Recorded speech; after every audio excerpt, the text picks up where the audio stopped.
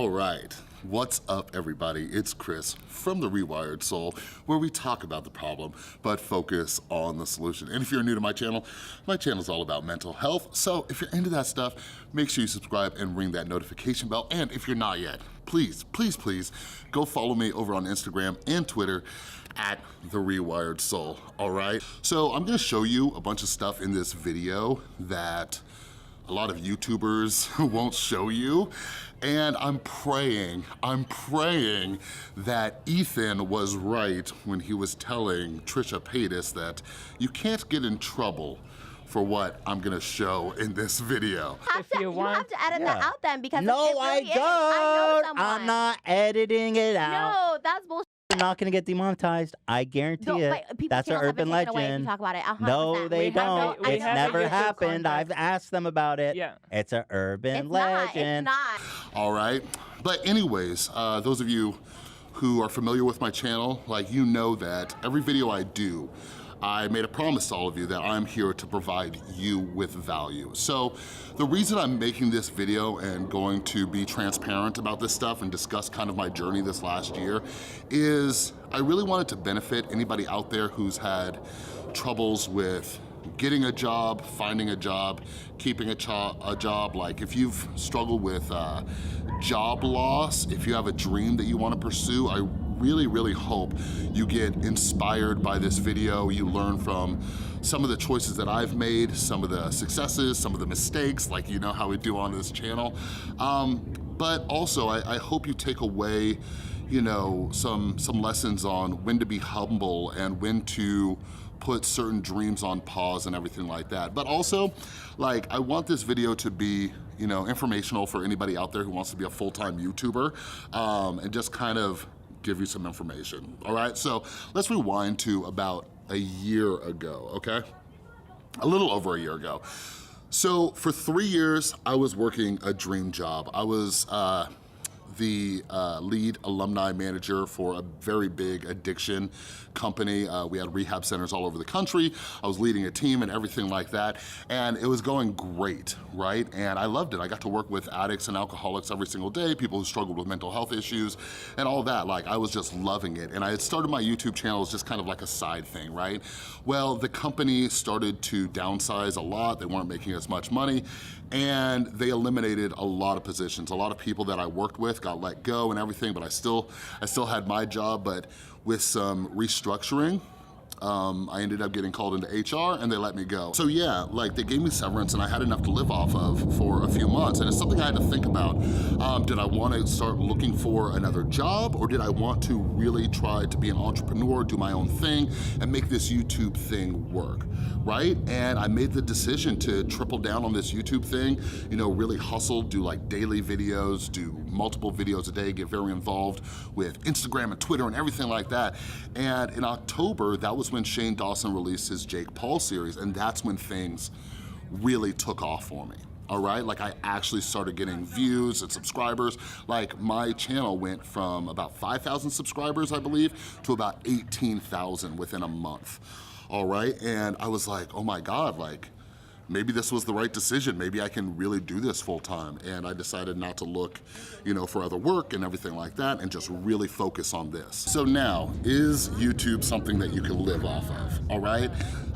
So I'm gonna talk to you about AdSense, like the money you make off YouTube, all right?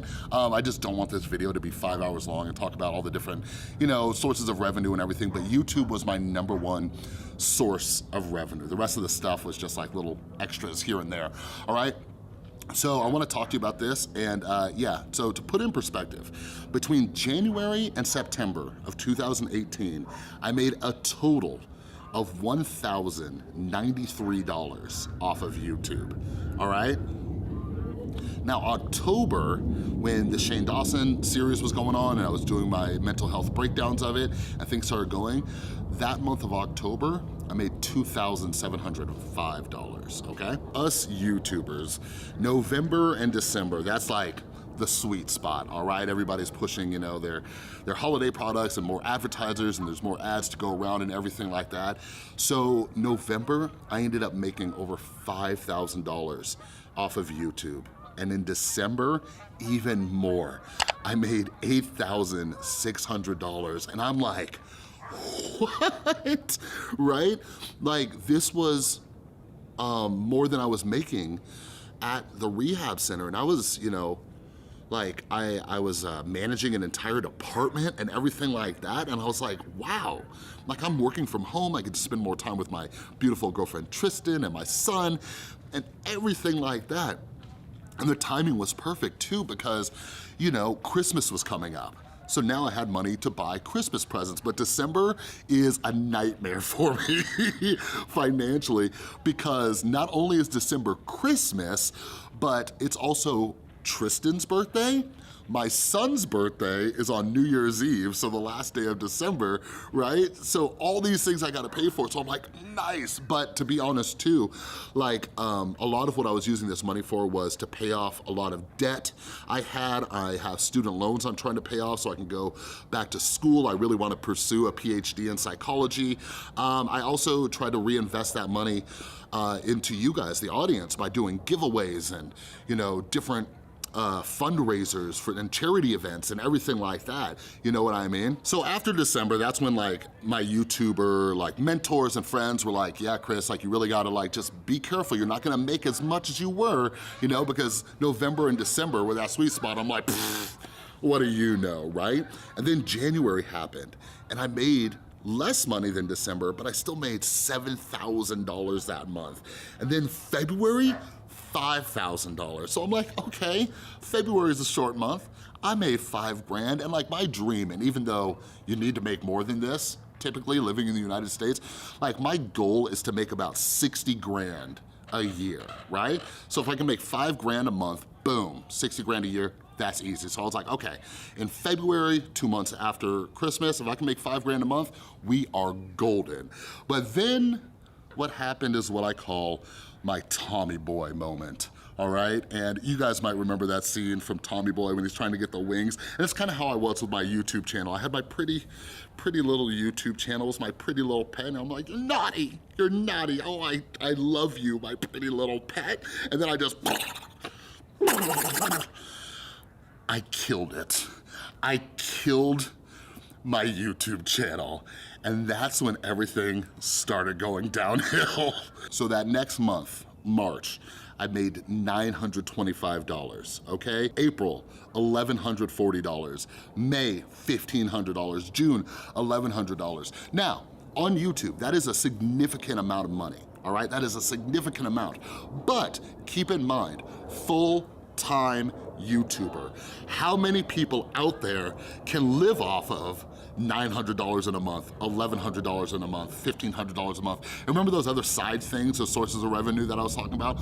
All of those plummeted as well. So thank God for my beautiful girlfriend Tristan for, you know, not only was I, you know, paying off some debts and things like that, like she also convinced me to put things into savings. And you guys, like, I've never talked about this on camera, and I won't get too far into details, but taxes, I had to pay a ton in taxes, you know, being my own employer, right? Also, I had to pay a lot in taxes I owed from previous years to try to get that out of the way. And then something else happened where, to put it, you know, into just like kind of summarize, I woke up one day and about $3,000 was taken from my account from the state, all right? So like a lot of the money I saved up just went phew. And this is kind of where things just really got serious, all right? Because like I said, I've always had that entrepreneurial mindset. I wanna be my own boss, and like I felt like I made it, you know, and I didn't want to go back and find a job. Like I had been self-employed for so long, and I was doing this, and I just kept hoping and just putting more effort into the YouTube channel, right? And things weren't getting better. August, I made $874. September, I made $641, right? It is not something I could live off of. And remember, a year ago, this is when everything was taking off. So this is something that I haven't talked to anybody about, any of you guys out there. So the definition of insanity is doing the same thing over, expecting different results, right? And for months, I was refusing to look for work and do anything, you know what I mean? I didn't want to step backwards. For me, if I'm being totally honest, it felt like being such a failure, like hitting my dream of being self-employed, then having to go back to work, right? And that's one of the reasons I was pushing it off for so long. But like I said, like I have a son, I have bills to pay just like all of you, you know, rent, car payment, insurance, gas, groceries, all that kind of stuff. And finally, I got desperate. I'm like, you know what, this isn't working, screw it. And the way I thought about this, and I hope you can too, is I wasn't giving up on my dream. I was just kind of putting like a pause button, you know what I mean? And what I did was I started hustling. I started hustling like you wouldn't believe. It's a good and bad quality, but I work the best when I'm backed into a corner.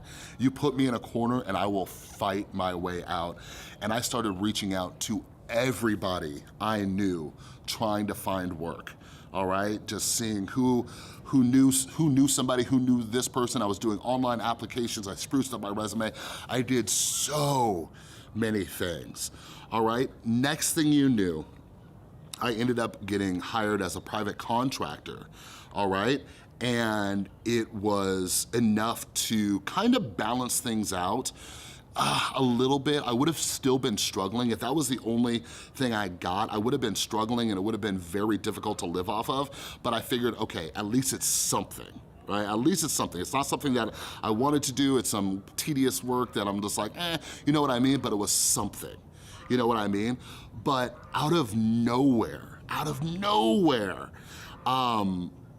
somebody ended up texting me back, someone that I know, and they said, hey, are you looking for work? And I'm like, yes and no. You know what I mean? I didn't know what it was. And basically, they offered me a full-time job. They offered me a full-time position. So I already said yes to this contracted work, right? Then I got offered a full-time job and I'm like, okay. And that contracted position, about 20 hours a week. Full-time job, 40 hours a week. I said yes to both. I said yes to both, okay? So a full-time job and a part-time job. And this happened, my first day, I actually started both of them on August 26th, and I'm sorry I haven't told you guys about this, all right? But from the outside looking in, you guys probably didn't even know. You know why? Because I've been still hustling. I've still been doing almost daily videos on YouTube. And this month of November, I've been doing pretty much daily blogs, right? Like, from your perspective, you might have never known, you might have thought I was still doing YouTube full time, but I had to go back to work. Here's something crazy too. After I accepted those 2 jobs, I got a 3rd job offer. And it helped me out a lot because, you know, once everything happened with the YouTube channel and everything, like I felt like such a failure and that I sucked and I'm not good at anything, right? So to have 3 people offer me jobs was mind-blowing. So fortunately, I had to turn one of them down. And to this day, I'm still doing the other 2 jobs. One's full-time, one's part-time. I'm still doing YouTube. So what's the lesson for all of this? And it's all of you out there, like, don't lose hope. There is work out there. You are skilled and talented, and sometimes we don't get to do what we want to do, but we gotta do what we gotta do. And even though the part-time job isn't something that, you know, like I plan on doing forever, the full-time gig that I got, it's something that is very beneficial for what I'm doing with my life, what my hopes are, where I wanna grow. So it actually, I don't really look at it as too much of a setback because the company knows all about the Rewired Soul and what I do, and they're going to help me in a lot of different ways, and I'm working with people who I can learn from and everything like that, you know what I mean? But yeah, anybody out there, like my biggest advice I can give you is just humble yourself, get whatever work that you can, right? Realize, like most of us, like I'm 34 years old, right? But most of us, we're young enough, like if you gotta do something for a little while until you're able to go and pursue your dream again, do that, do whatever you gotta do. Like there's so much that I wanna do. I'm currently working on my next book, aside from doing YouTube videos. I've been trying to be more active on social media, I'm doing a million things, all right? But anyways, like I don't come here to brag or anything like that. I'm probably gonna do a blog post on this, but like, I wanna be an inspiration to people out there about work ethic, right? Like work hard, you know what I mean? Like here's the thing.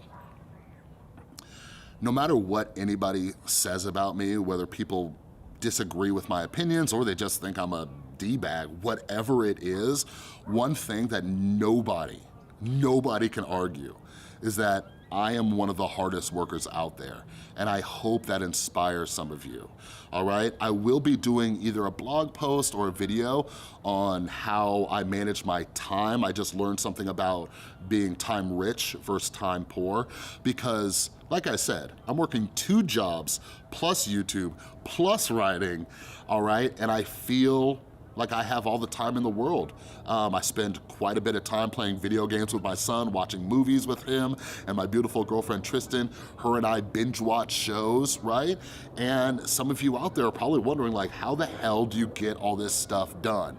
And it's possible, and I'm not overwhelmed, I'm not burning out, so I do want to provide you guys with some tips and tools on how to do those things. So I just want you to know, I wanna be living proof that you can pursue your dreams, your passions, your work, whatever it is, you can do it. It just takes a little bit of adjusting, all right?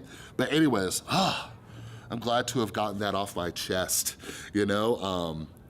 like in that intro skit, like there's a lot of people who don't get what I've been doing and everything like that. Like people can talk smack all they want, but the reality is that I work my ass off, all right? Everything I get, I worked very hard to get it. And I'm not living an amazingly rich and lavish lifestyle, but I'm living well enough.